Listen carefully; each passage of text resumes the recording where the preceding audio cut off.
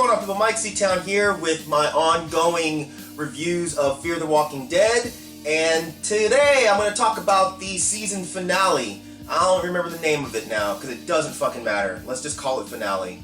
Getting right into it, man, I have to say, I was largely disappointed with this finale. You know, the finale left me with no real serious cliffhanger, no real, emotional draining, no edge of my seat gasping, just a whole lot of what the fuck.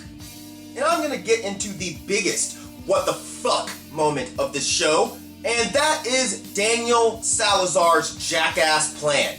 Daniel Salazar has the worst plan ever that I can even think of in the history of this show or The Walking Dead, or maybe of any zombie movie or show ever. He comes up with this genius plan to get his wife and Nick back. What he does is he goes and he lets out the 2,000 zombies that were in the stadium, and he leads them directly to the medical compound. Man, what the fuck? Do I really have to state just how stupid this plan is? Daniel Salazar has been my favorite character this whole show up until this episode. Why in the fuck would you lead 2,000 zombies directly to the place where your wife is being held, where Nick is being held, and where you plan on taking your entire crew, including your daughter? That was the only plan you can come up with. That's the dumbest shit I've ever heard. What if you can't get back out of the compound? What if the zombies overtake the compound and end up eating all of you?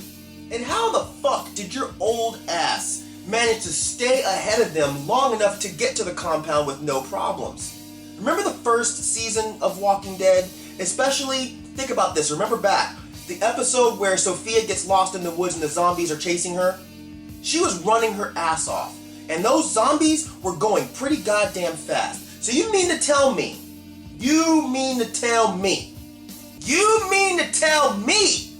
that your 78-year-old ass was able to just walk around talking about nice night for a stroll, cha-cha-cha, and those zombies were not even remotely concerned with you? They weren't trying to chase you or bite or anything? Come on, man! Man, what the fuck? Second, what the fuck? The army people are the worst shots on the fucking earth. When they're firing at the zombies, half the time they're coming nowhere near their heads. The soldiers know at this point how to kill them. Headshot. Why are you doing body shots? Why are you shooting him in the legs? Why are you shooting him in the stomach? I don't understand. And not only that, why are you missing? They're moving slow as shit because for some reason they've decided to mimic Daniel Salazar's slow bop. So they're just walking extra slow. So I couldn't understand why I'm hearing so many the bullets hitting the ground. It doesn't make any sense. Like, what kind of special training did you assholes go through? You fucking shoot like the Cobra henchmen from G.I. Joe. Or worse, you shoot like fucking stormtroopers. Another bit of proof that the soldiers are complete shit shots. The army guy Andy makes his way all the way from the neighborhood. Because remember, Travis lets him go because he's a fucking idiot. He makes his way all the way from the neighborhood through the zombies all the way to the compound just so he can shoot Ophelia in the fucking shoulder. Now, explain that to me, please, because what the fuck was the point of that? Okay, if you really wanted to hurt Daniel Salazar, not kill him, but hurt him emotionally, because Daniel tortured him, why would you shoot her in the fucking shoulder? Headshot her, or better yet, shoot her in the fucking stomach or shoot her in the heart so you know she's gonna die and turn into a goddamn zombie. That would be the worst punishment you could possibly give. Instead, he shoots her in the fucking shoulder. Now, did he miss? Is he that bad of a shot? I just don't understand. Like, what was the fucking point of that whole part? Was it just so we can further see how stupid Travis is, since he's the one who let the soldier go in the first place? Or was it so we can see how Travis finally starts to take charge, since he's the one who tackled Andy and starts beating him to a bloody pulp before Madison has to come over and pull him off? Trav, let him go. Just let him go. That whole scene and plot twist was so fucking dumb and so pointless and worthless and all kinds of other lesses. And you guys really need better writers. Another what the fuck moment. Dr. Exner decides to stay at the medical compound instead of leaving with everybody else. You know, why? As cold-blooded as she was earlier when she's talking to Liza, telling her that she'd have to leave Travis's family behind, telling her to get brutal.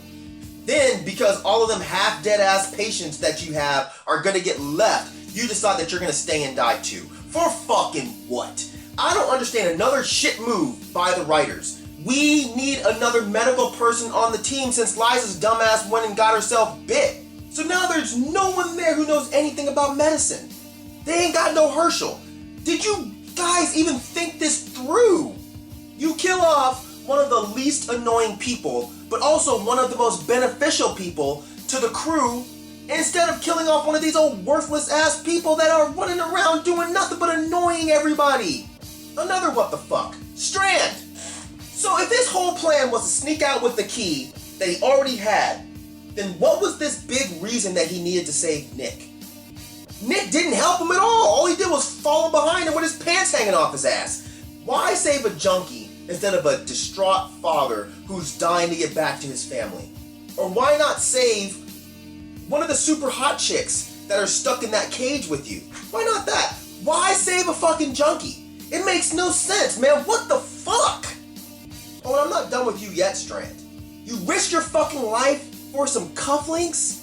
Are you serious? Man, what in the hell, man? Black people and their fucking materialism? We're still doing this shit in the fucking zombie apocalypse. There's a whole bunch of fucking dead people walking around biting motherfuckers, and we're still trying to swag out. Brilliant, brilliant writing. The best part of the show was when Chris got his bitch ass knocked out. That shit was hilarious. Oh, see, nah, you ain't gonna be grabbing my friend like that. You don't have to be get off me, man. Just, bitch. Oh, Lord Jesus. Chris, you okay, man? Dang, you are a bitch. Oh! Why he fall with his booty tooted up like that? Like, look at his booty. What the fuck? How you get knocked out with one hit? One hit! And in front of Alicia! You ain't never getting laid now. Overall, I thought this finale was better than the rest of the season, but seriously, that's like getting a bad cold over the clap. They both suck. I love zombies, and I was starting to get bored with the lack of zombie action, so it was nice that they finally added an episode with full-on zombie attacks. But it wasn't good enough to save this show, in my opinion. You know, the few neck bites, the shit shooting from the soldiers, the totally inconsistent speed of the zombies, you know, the one guy who gets bitten in the neck and then senselessly runs into the helicopter blade. It's just all dumb. And yeah, of course you have to suspend belief to a certain degree when it comes to zombie shows, but I just feel like the writers, everything was just really, really, really half-assed. They didn't think any of this stuff through, they just threw some shit together and hoped it would work, and that's just really fucking lame. I think the show failed on so many levels. It really had the opportunity to make something really special. The whole promise of showing how the world ended was totally broken. You know, we saw nothing. Instead of this being a Genesis story, it just ended up being the ugly little sister of The Walking Dead. You know, another group fending for themselves in the zombie apocalypse. The only difference is we have a group of idiotic, annoying people with absolutely no survival instinct.